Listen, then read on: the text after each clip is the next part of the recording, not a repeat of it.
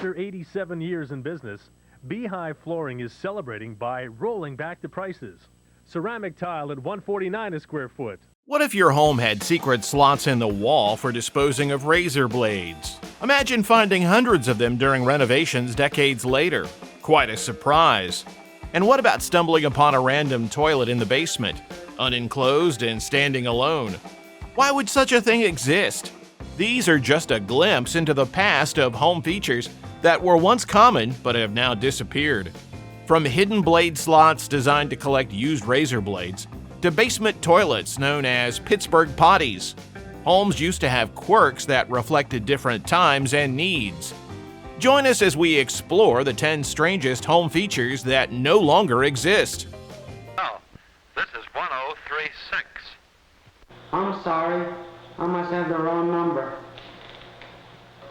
The phone niche, popular during the early 20th century, found its place in many homes, often adorning walls, before cell phones became widespread. It was a designated spot for landlines and rotary phones, keeping bulky devices conveniently accessible.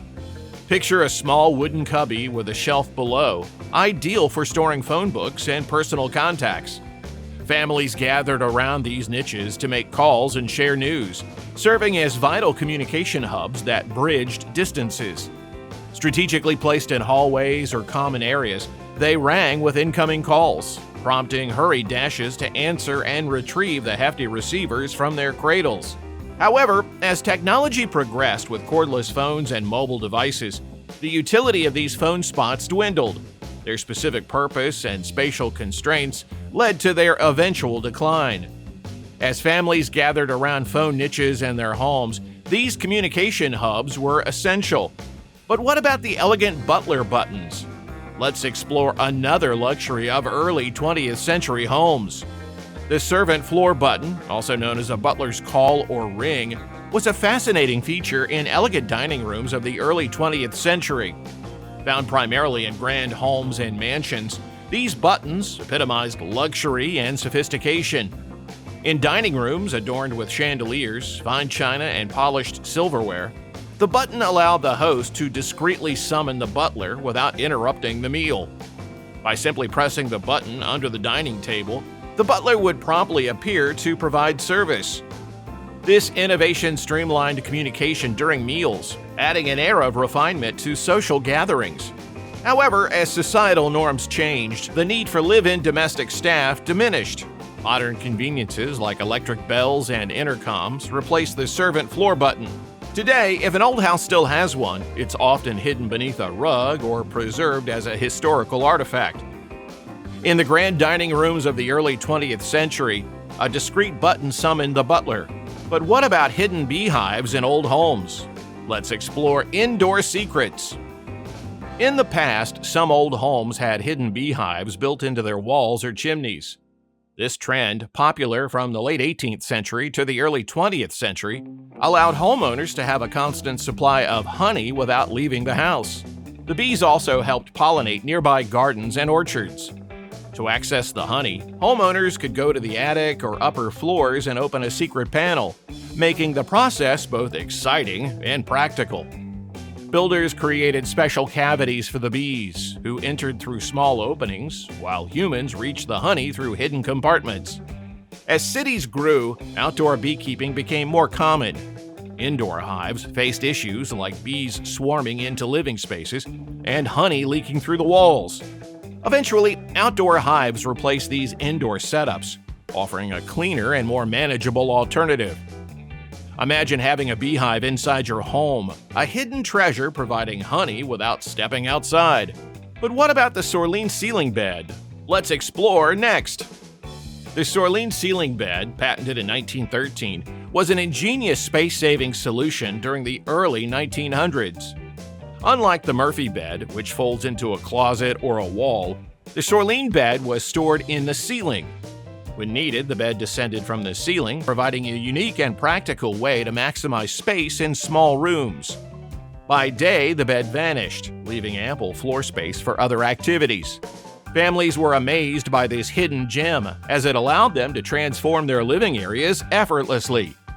The bed operated via a crank mechanism, with hidden weights in the wall to counterbalance its weight, making it easy to raise and lower. But as architectural styles evolved, the Sorleen bed fell out of favor due to its complex installation and the need for precise calibration. Its legacy influenced the more user-friendly Murphy bed designs that followed. The Sorleen ceiling bed revolutionized space-saving in early 20th century homes. But as architectural tastes changed, it faded. Now, what about second staircases and tucked-away rooms? Let's explore how these features shaped household dynamics. From the late 17th century until the early 20th century, grand houses had a unique feature: servants' quarters. These spaces, often located in basements, attics, or special wings, were essential for daily life in the 18th and 19th centuries. Servants like cooks, maids, and butlers lived there, keeping them separate from the main living areas to maintain the household's elegance and minimize noise. In these bustling homes, servants worked behind the scenes, with the cook in the kitchen, the housekeeper managing linens, and the butler polishing silverware. They used a second, narrower staircase to move discreetly between the floors. This setup ensured smooth, unobtrusive service. However, as society evolved, the need for servants decreased. Urbanization, smaller households, and modern conveniences led to the decline of servants' quarters, giving way to more equal living arrangements. Servants' quarters in wealthy homes once bustled with activities, hidden away to maintain elegance. How did daily deliveries shape homes? Well, let's explore milk doors next. Carnation fresh milk, fresh today and every day. Rush to your door and to your store. In the past, daily milk deliveries were a common sight, and homes had a charming feature: milk doors.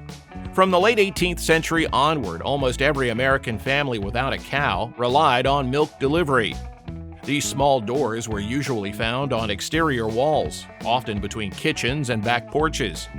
The milkman would operate the outside door, place fresh bottles and sometimes butter inside, and close it. Inside the house, someone would open the interior door to retrieve the milk, avoiding the need to step outside. These doors made mornings easier, keeping dairy products safe and easily accessible. They consisted of two doors, one outside and one inside, enclosing a small space just big enough for milk bottles.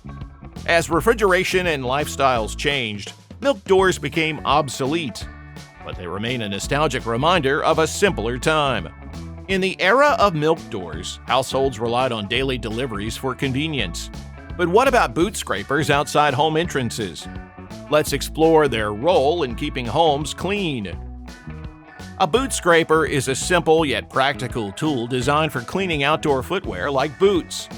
Popular during the 19th centuries, these devices were commonly found outside homes, especially in rural areas prone to muddy conditions.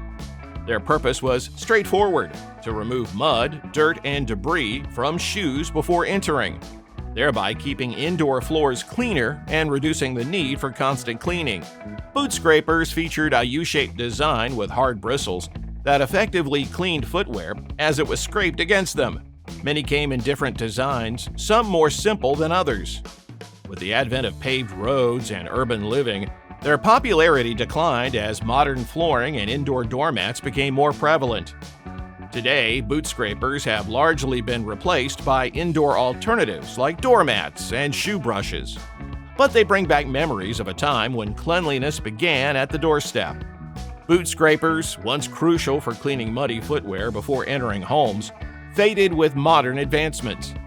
But what's next in architectural evolution? Let's take a look at coal chute's role in home heating history.